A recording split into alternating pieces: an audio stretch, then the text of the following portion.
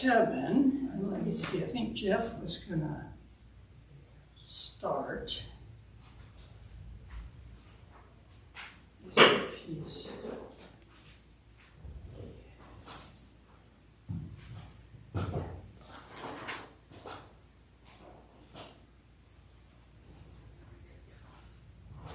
Okay, I think we're on live.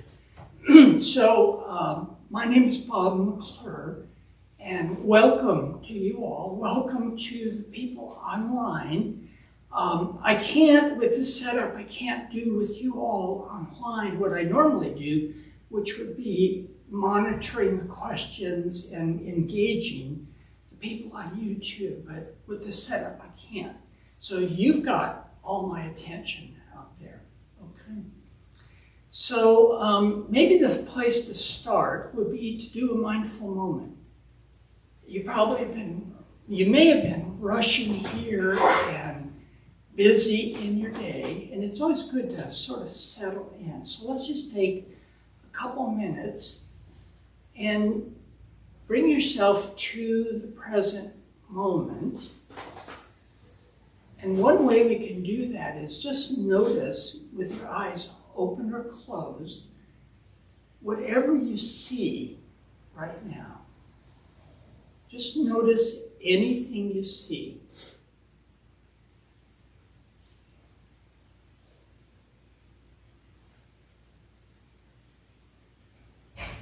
So seeing, we're in the present moment. And now bring your attention to what you hear. My scratchy voice, or the ambient sounds in the room. Or you might even hear yourself talking to yourself. We call that hear as well.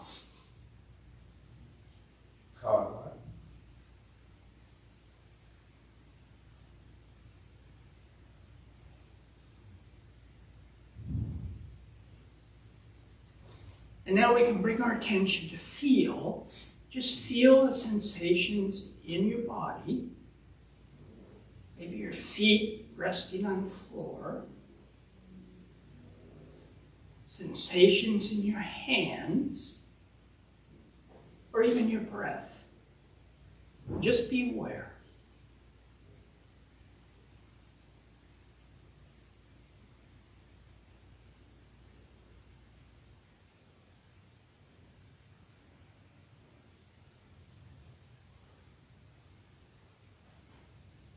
Okay, you can bring your attention back into the room, although you've never left the room, okay? And anytime you hear a mindfulness teacher say, be present or be in the present moment, if you think about it, we're either seeing, hearing, or feeling anytime we're in the present moment. And that can include thoughts and emotions. So it isn't like it's some mystical ooze, okay? It's a very practical sensory experience of being in the present. Okay? And now maybe what you could also do is, once you look around the room, people next to you, in back, in front, and notice there's a community. We're all here to learn and to practice. And it's really important that we're aware of the support we get from the people who practice with us. Okay? So, I'm just a practitioner like you.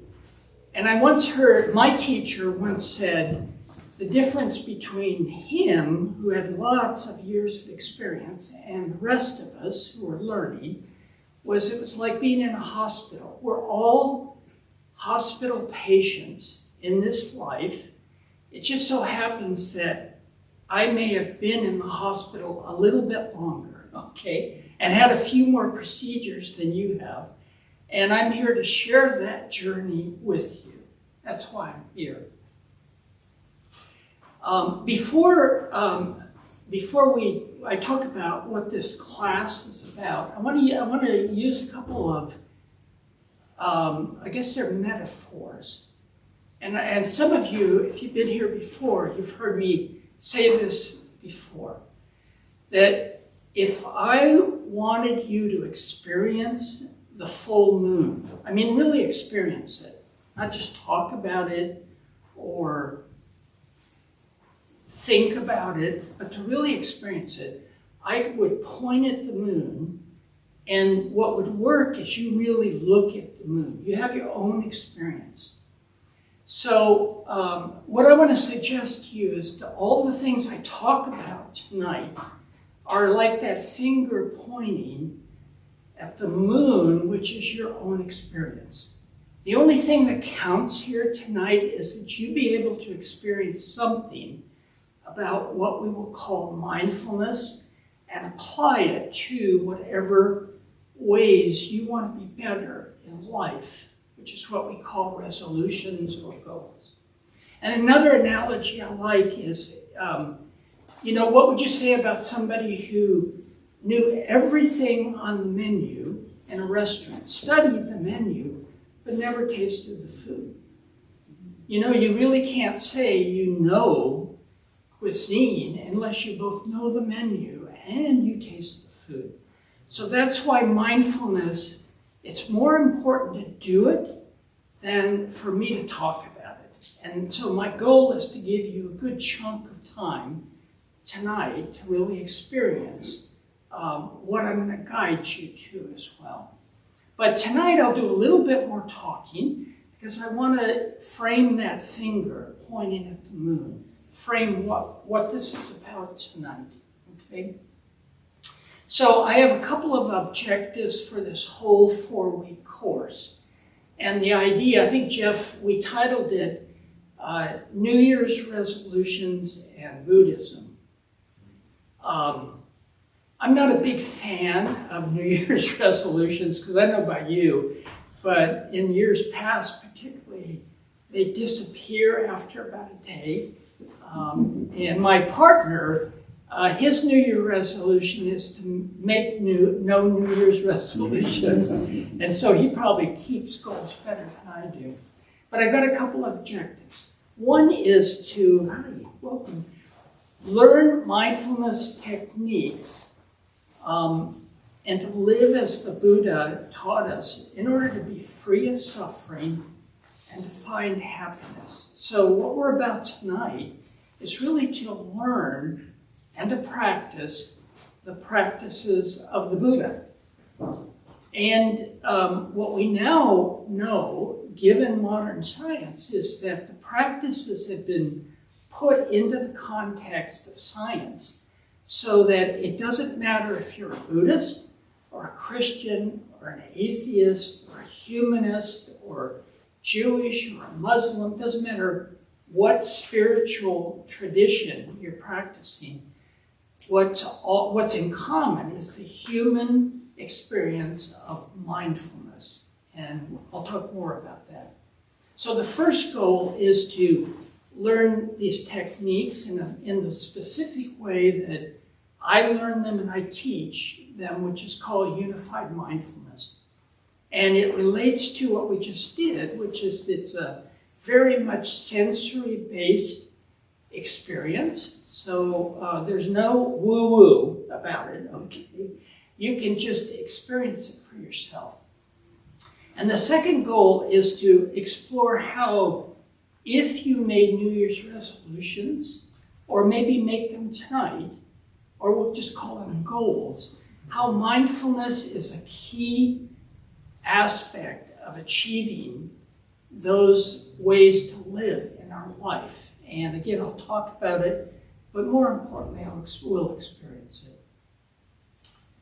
And then the last goal is for tonight, our objective through the series is for us to find some tools to have emotional resilience in 2025. Because no matter which side of the political spectrum you sit on, or you're not sitting on it at all, what some people are doing, You know, we're facing a really challenging time in all kinds of ways. And the more we can develop emotional and psychological resilience, the better we're going to do in this next year to deal with the changes going on. You know, I was going to begin with, I think I'll do it right now. There's an old Buddhist practice. It's called dedicating the merit. And it's a really beautiful practice. And what it basically means is before any time in a community when we practice or learn, we what's called dedicate the merit, meaning any benefit you get tonight, it could be just increased energy, learning something new, increasing your intention to be more compassionate, kind, whatever it is, whatever benefit occurs in you that will help you be more kind and compassionate in the world. We dedicate that benefit to the people suffering. And tonight, if you've been watching the news, you know that Los Angeles is burning down. It's incredible, the fires that have happened and the suffering of people all over LA. So for a moment, let's just pause and dedicate the merits of our learning and practice tonight for the people suffering. So may our merits of practice benefit those who are suffering, especially in Los Angeles, but everywhere, and all living beings who suffer. May they be free of suffering.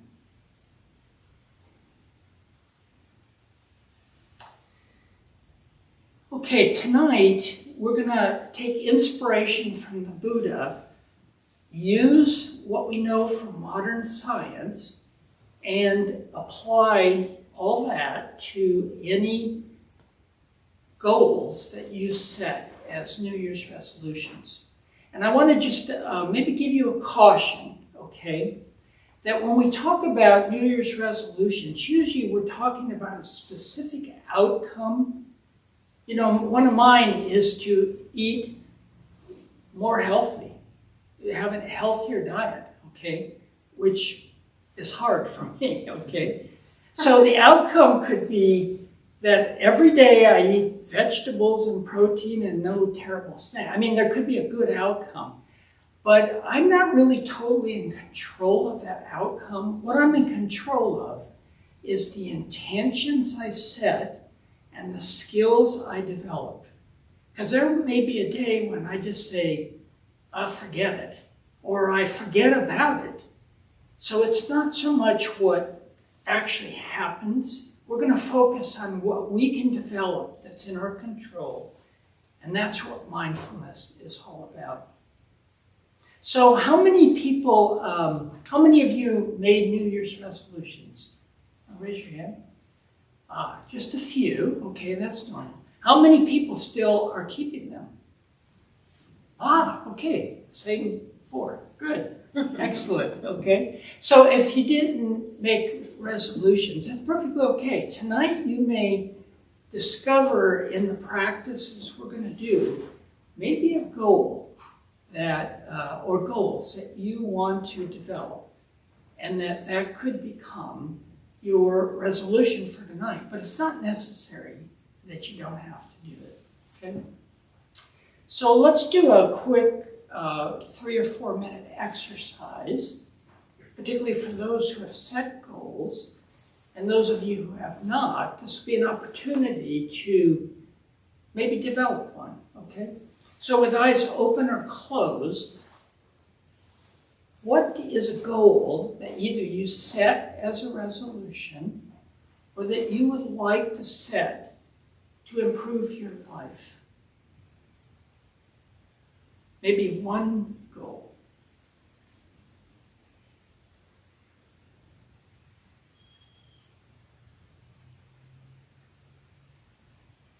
Something that you can achieve.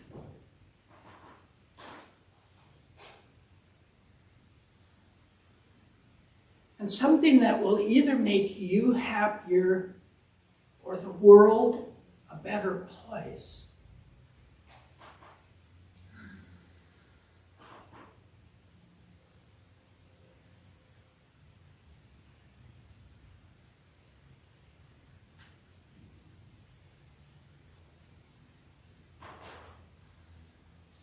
Now, as you think about your goal or goals, let's fit them into what we call the facets of happiness. That's going to be the framework for this class. So the first aspect or facet of happiness is stress relief. Does your goal fit in stress relief? Maybe you have a goal to exercise more to calm down. Or maybe you have a goal to reduce your busyness, to reduce your stress. That will make you happier. The second facet of happiness is be more fulfilled. So maybe your goal is to spend more time with your friends. Or maybe it's to appreciate music more. Maybe the goal would be to have more life, and that would be fulfillment. So maybe your goal fits in this facet of happiness. And the third facet is know yourself, self-knowledge. So maybe you've decided to go into counseling, or to read more books to help you understand how to work with your life. So does your goal fit in this facet of happiness we call self-knowledge? And then the last facet is service. Make the world a better place. Does your goal involve doing something in the world that will make the world a better place? It could be as simple as coming here on Thursday, I think it's Thursday nights, to help feed the homeless. Or it could be giving more money to charity. Whatever it is that you would do that makes the world a better place.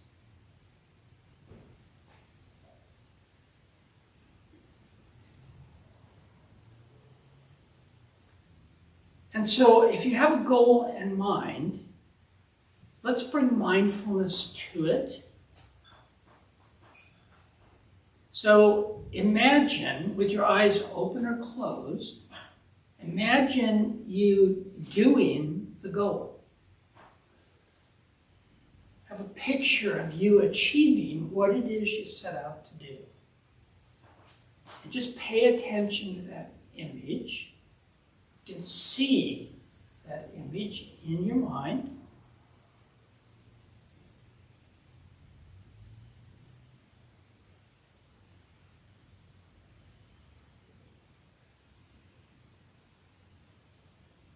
Mindfully seeing.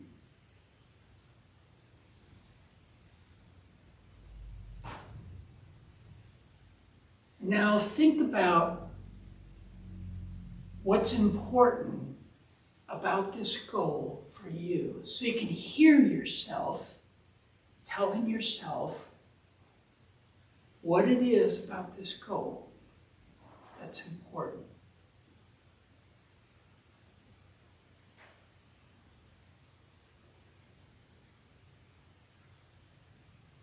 It's here.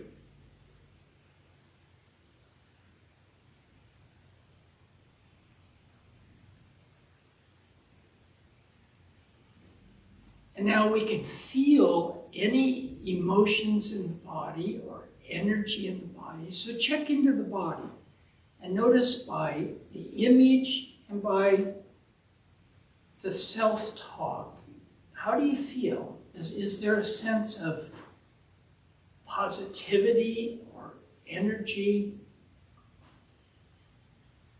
based on your mindfully considering the goal?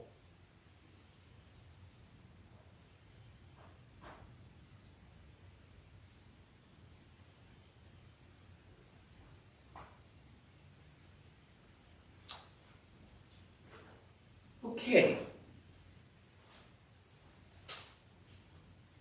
Would anybody like to share what you set as a goal or what you just experienced? We just basically applied mindfulness to your goal. Anybody like to share?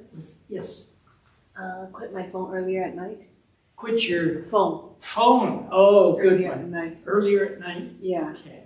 So I've been like plugging it away from me. So like instead of like, you know, into the very late night and then like have it hit my face and I fall asleep. That's not cool. So I'm tired of my phone slapping me. Yeah. So Yeah. so really trying to quit earlier at night. And there's an anxiety to it actually. Yeah. Noticed and I'm like, and the goal is healthier because my mind is not sucked into the latest whatever that algorithms are feeding me or the news, which algorithms are feeding me too. Right. At least I can get that break, and also it helped me sleep better. So I'm not ruminating over whatever I was watching or stuck on my phone on, and that way I could be a better present in the world when I wake up and go about my day and take care of others and vice versa. Yeah, and to get free of the addiction that these wonderful devices provide for us. Yeah, great. How about others? Other goals you want to share? Yes. My goal is to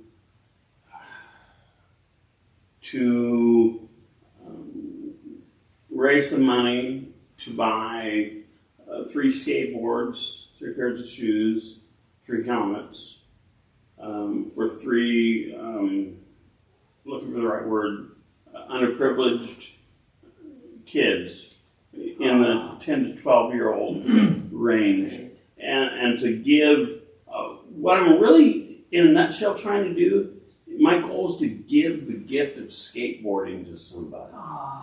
Yeah. It meant so much to me when I was a kid.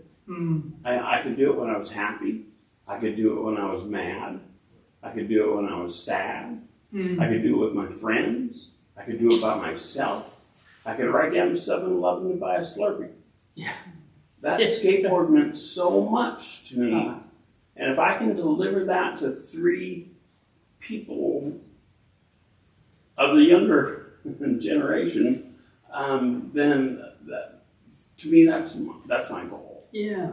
So it makes the world a better place. I hope so. Yeah, which is a happiness goal for you as well. Terrific. Anybody else want to share a goal you've come up with? Yes. I prefer thinking of it as an intention. Yeah. Increased authentic communication, both listening and speaking. Terrific. And that feels like it would be of service first to my family, but also in a broader community of people. Yeah, absolutely. Yeah, terrific. Yeah, and again, making the world a better place, but also making you a better human and more happiness. Yeah, absolutely. Fantastic. So when I led us in the last few minutes through that little exercise of imagining your goal, were you able to do it? Did it come to mind?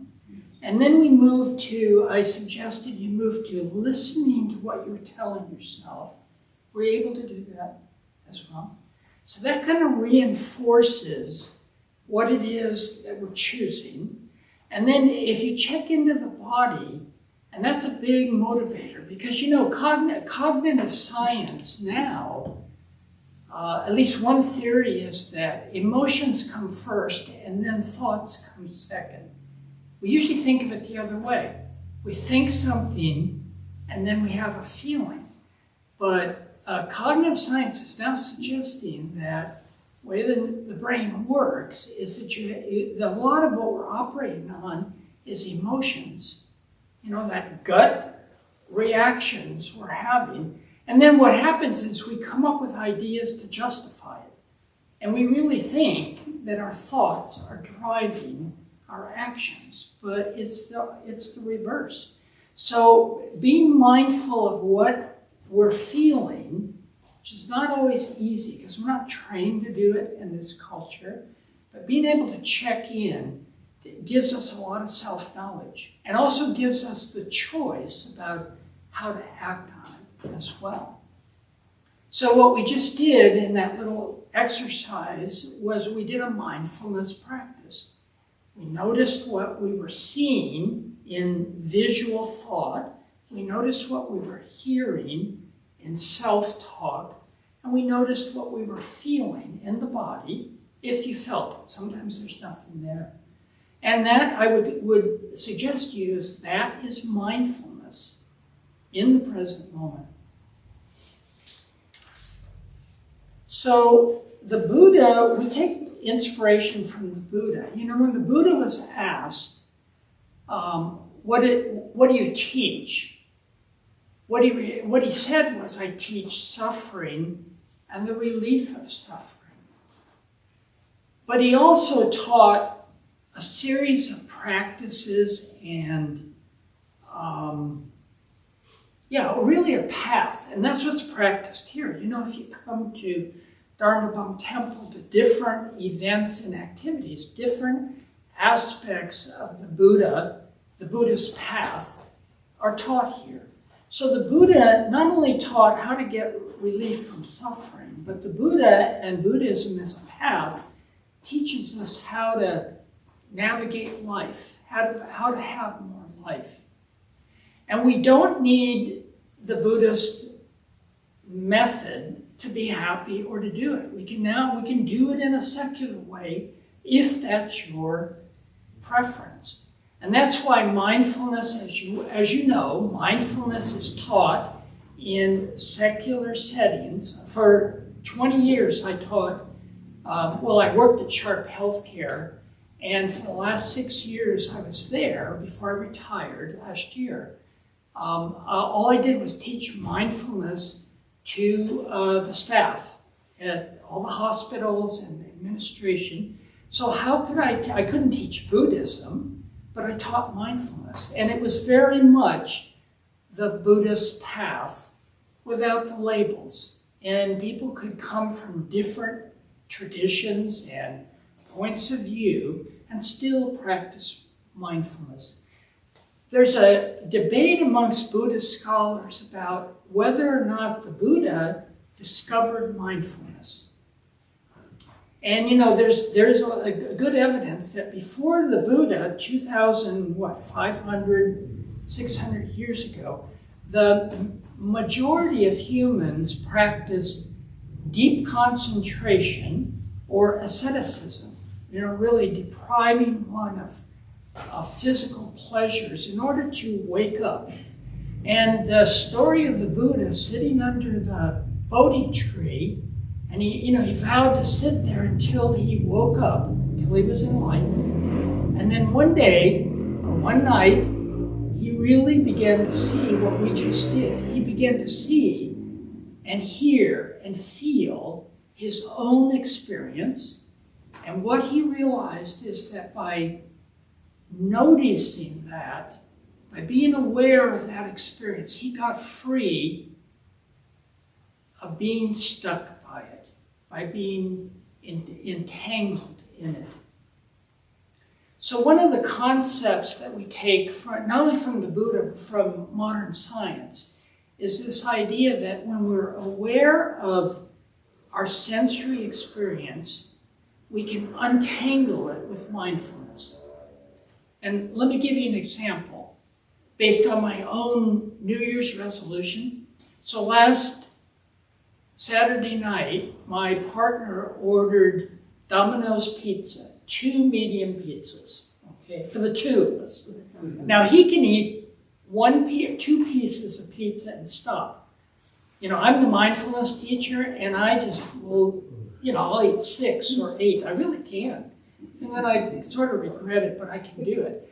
But I'm sitting at the table. There's 2 pizzas on the table. And, my tendency without mindfulness would be just one after another. They taste good, and only later do I regret it. But I remembered, wait a minute, my resolution is to eat mindfully. So what I did is what we just did, is I stopped for a moment, and my partner never knew I was doing this, okay? Because you don't have to explain it. I see out. I saw all the pieces of pizza. I heard myself saying to myself, oh, I could eat one or two more. Oh, wait a minute. And I heard myself say, wait a minute, my resolution is to eat more mindfully. I don't need another one. Then I checked into what I was feeling, and lo and behold, I was full.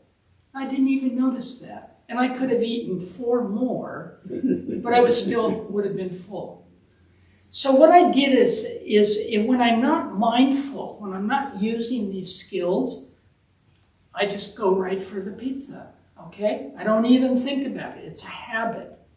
There's no gap between the stimulus of the pizza and my reaction to just eat it. The gap is my stopping to listen to what I'm saying, what I'm seeing, what I'm feeling. And when I start to untangle that, because when I don't, it's all tangled up. I just go right for the pizza. When I start to untangle it, this is what I'm seeing, this is what I'm feeling, this is what I'm hearing. It's like it begins to untangle. And then I've got that moment of freedom to choose. Should I act on it or should I not? Another example is somebody cuts you off on the freeway, and if you're like me, you have an immediate angry reaction. I still do. I just don't get mad anymore, but I used to. So you have right away, you might have this thought. You see the person cut you off. You have a thought, that jerk, and you have an immediate feeling of anger, okay? If you let that all tangle together, what are you likely to do? React. Do something that we can't afford to do today, like flip the guy off, might shoot you. Or cut him off, speed around and cut him off, because it's all tangled up. Your experience is got you caught. What you can do is as soon as that happens, check in. You're still driving. You can notice what your first reaction, what you feel, and you can even use the label feel. You can notice what you're telling yourself. You might even hear yourself saying he's a jerk, but wait a minute. Maybe he didn't know he did it. Or maybe he's racing to the hospital because somebody he loves is in the emergency room. There's all kinds of things you can say that gives you a different perspective.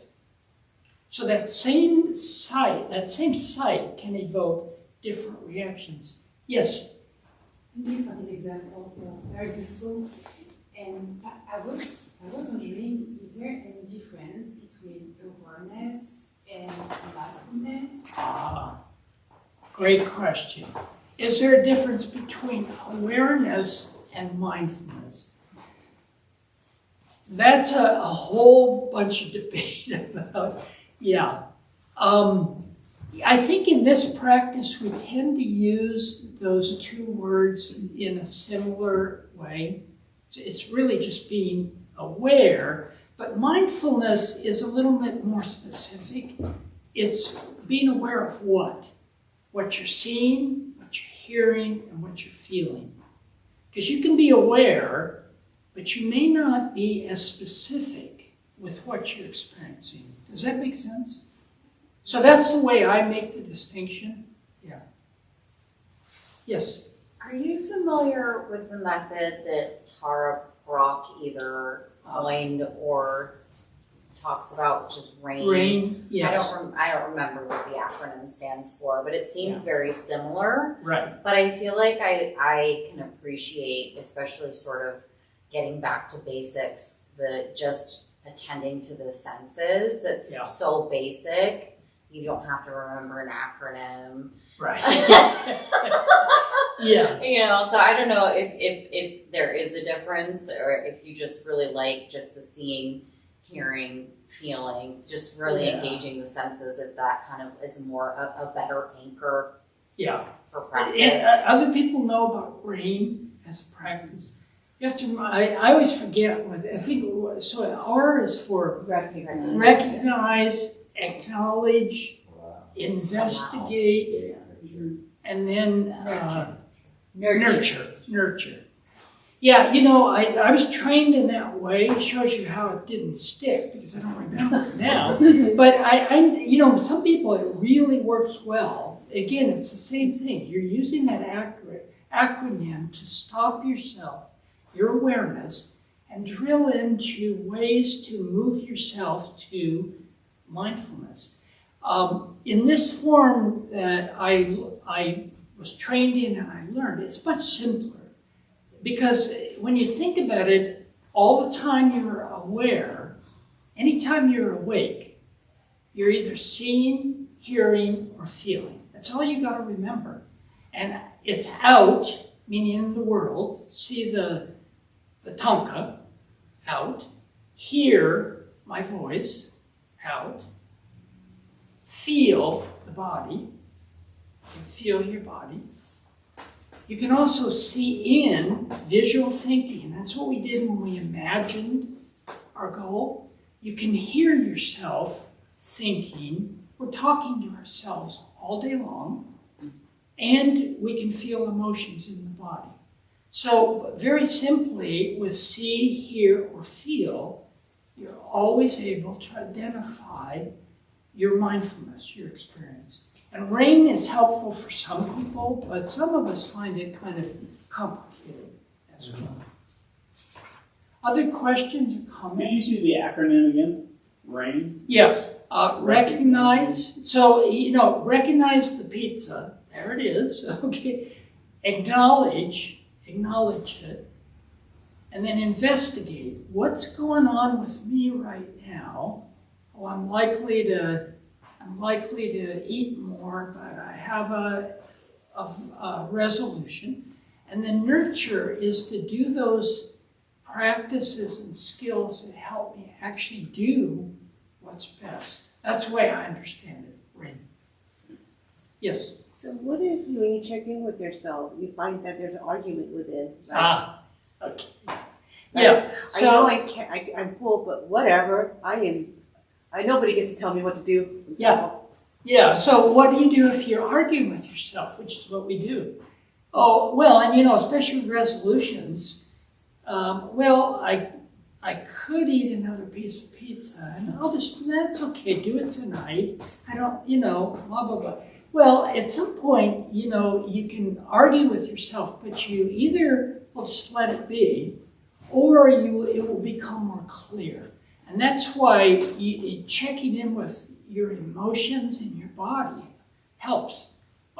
Because what happened for me was when I checked in and I realized I was full after 2, then this voice that said, oh, well, I can eat 6 more, I ignored it.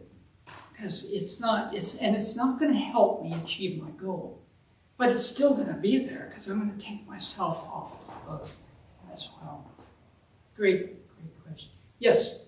Any suggestions on how to alter or influence our emotions then? How to alter or influence our emotions. Well, I think the first step is to be aware of them. And let me ask you, if you don't mind, why would you want to alter them or change them? Well, if you tend to feel fear mostly, or negative emotions, Right. Emotions that are, I guess if you were to label them somewhat disabling in a way, Right. It might interfere with improving things or taking action. And that's really important. And within the mindfulness practice, there is actually practices around what's called feel good, or see good, or hear good. You can, again, use a sensory approach. And within the Buddhist path, we know that developing compassion and kindness and peacefulness, tranquility, those practices counter the negative emotions that we can become aware of.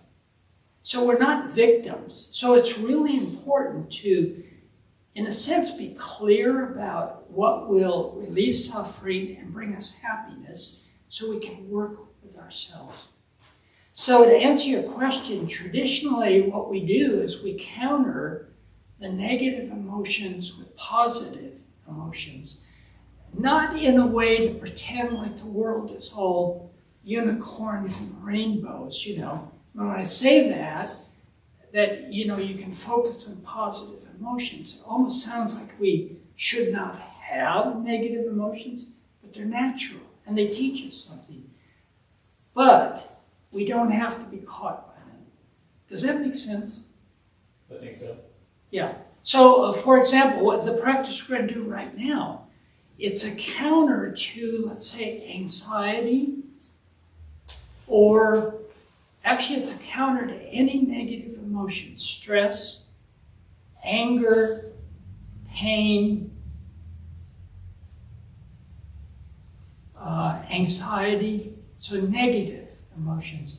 And one practice we're going to do right now is called feel rest.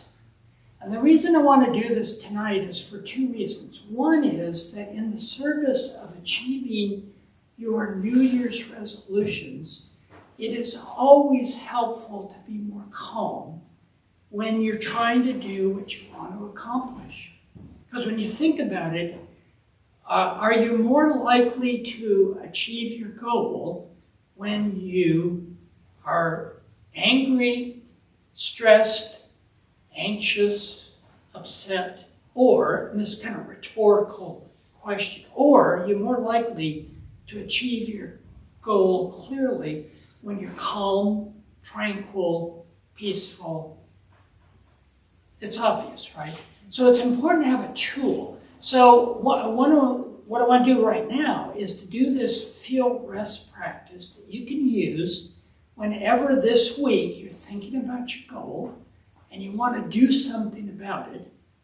Either not eat that third piece of pizza, or you're laying in bed and you want to get up and go run, or you want to set that money aside to buy those skateboards. You can first calm yourself down and be focused, and then you're more likely to achieve what it is you're going to set out to do. So let's go ahead and do the feel rest practice. And this is feel, so this is sensations in the body. Rest, as we would define it, is, and you can experience it. You don't have to take my word for it. Rest is any decrease in physical sensation. Here's an example, and you can do it with me.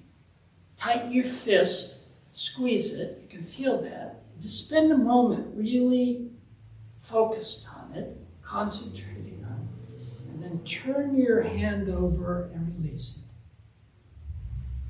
You feel the difference, tension and the release.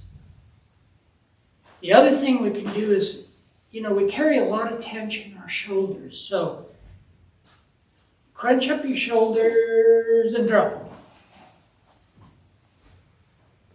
And you feel the difference? That's rest. So with this practice, we can either create rest, or we can find it in the body at any time, whatever you're doing. You're sitting at work, in a meeting, you're driving in the car, you're sitting at home. You can practice feel rest. You can find it. So notice your feet resting on the floor. You're not pushing on them. You're not doing anything, but they're just sitting there resting, right? And you can feel that. If you press down on your feet, you feel a sensation of stress, right? Or at least of tension, and then release it. And the other way we can feel rest is in the out breath, and I use this a lot.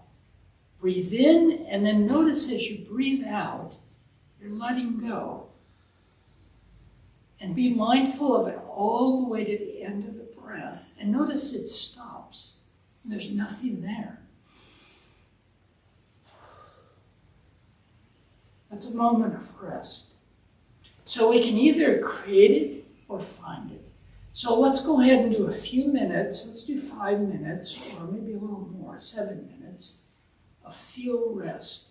So assuming a posture that allows you to be comfortable but alert, maybe stretching up and relaxing the shoulders, relaxing your jaw, with your eyes open or closed, whatever's best for you. Bring your attention into your body. And notice any place in the body there's tension or stress or pain or discomfort.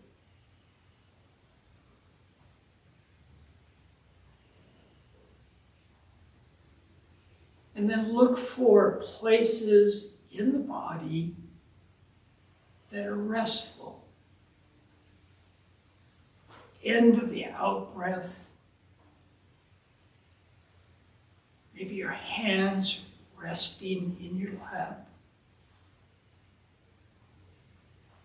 And I'll be quiet now, and let's just spend a few minutes either creating rest or finding it.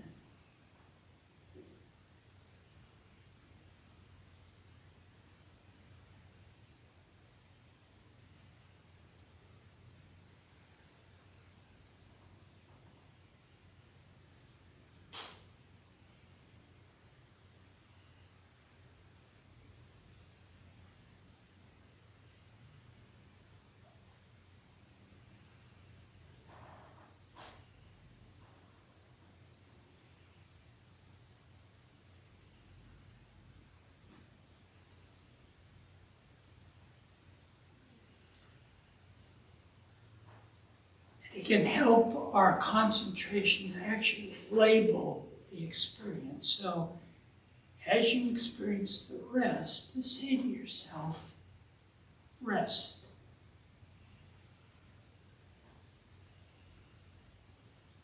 Rest.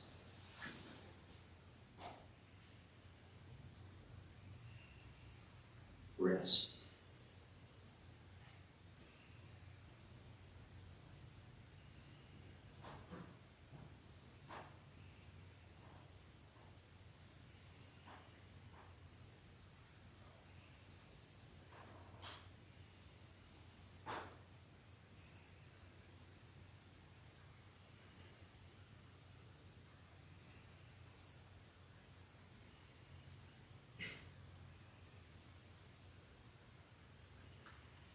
And naturally, the attention will wander to something you're thinking or sounds or other experiences, and that's natural. Just bring your attention back to the rest sensation and resume the label rest.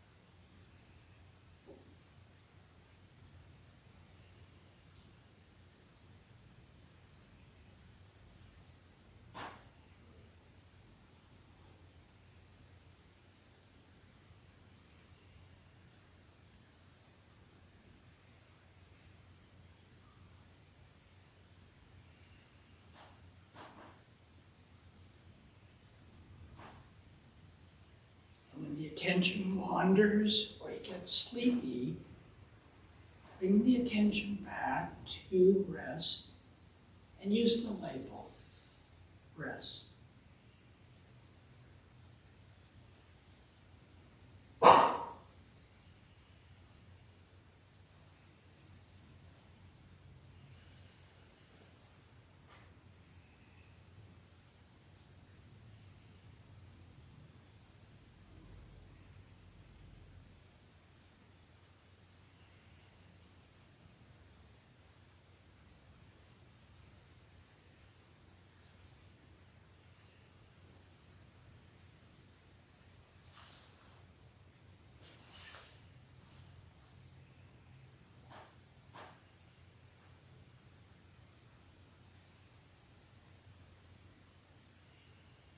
Let's do 2 more minutes of feel rest.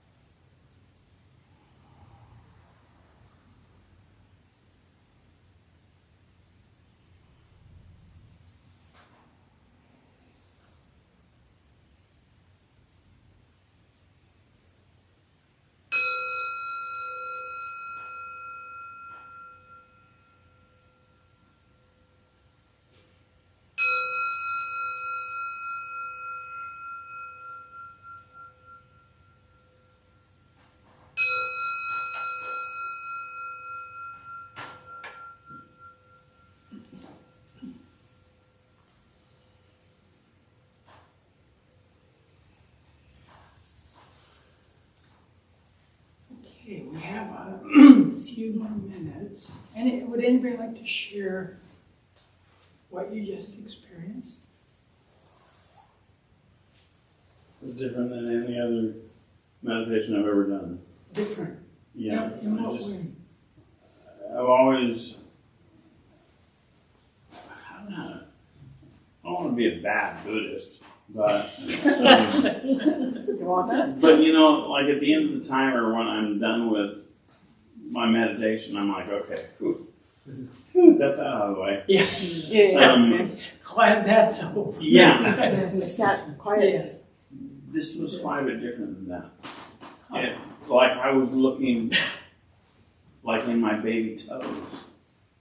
I rest my baby toes and I just let everything drain down. Yes. Drain down and feel at its lowest point of calm. Yes. Yeah. So what we would say, the mindfulness is you were using concentration, even if your mind wandered, you're focused, you had clarity, you were feeling the calmness. And then there were other things going on. Like I was giving some instructions, you may have heard it, but just let it be there. So that ability to really sink into and focus on a sense object calms the body, the nervous system, and the mind, yeah. And that's what it sounds like it did for you. Yeah. How about others? How was it for you? Anybody else experience that same calmness? Yeah, you did? Yeah. Sinking in? Yeah. Yes. I have a question. I noticed what I end up doing is actually almost tensing up that area when I focus on it. I'm like, oh, that's an area of rest. Oh, let me tense it. I mean, not on purpose, but I notice I end up It like... tenses.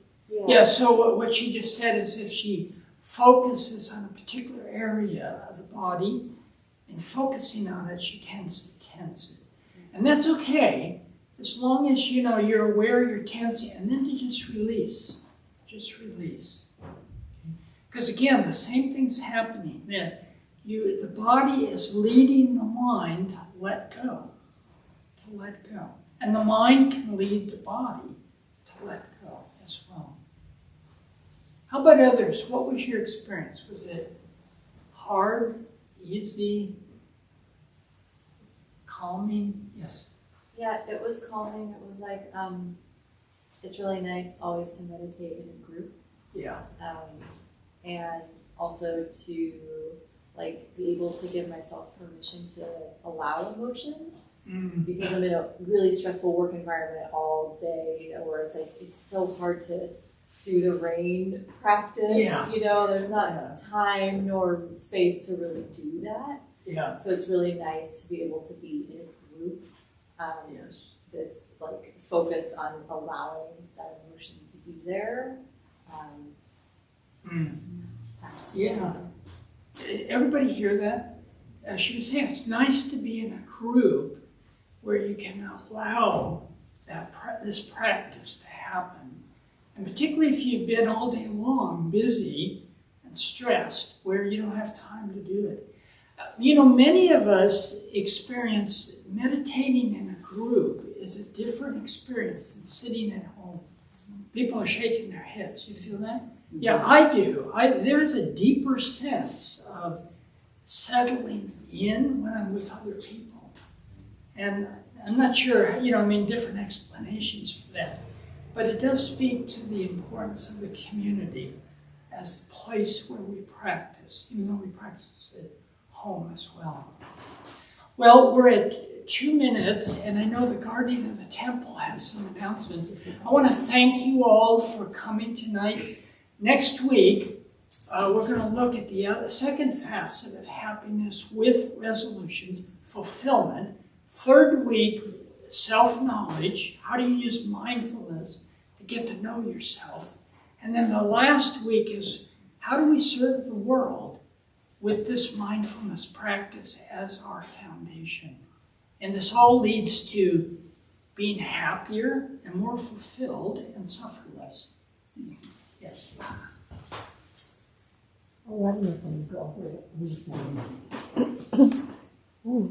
Hello everyone, I'm Marcy and I'm tonight's host. We opened the Dharma Bum Temple 18 years ago to introduce Buddhist practice to those who show up. Those who lead are not nuns, monks, gurus, masters, or teachers, and they are not looking for students. They are simply practitioners sharing their interpretation of the practice. Every night we have different classes led by different people from various Buddhist traditions. We have a recovery sangha that meets several times a week for anyone with addiction, and our food redistribution program is every Thursday at 4:30 p.m. We have classes and programs every day, and everything we offer here is always free. There's a full schedule on our website, and it's also posted on the entryway above the shoe rack. We have a lending library. If you see a book that you like, feel free to borrow it and bring it back whenever you're done. Please straighten your chairs and cushions before you head out, and the windows are good, so we don't have to do that. Thank you for being here. We wish you well and hope to see you all again.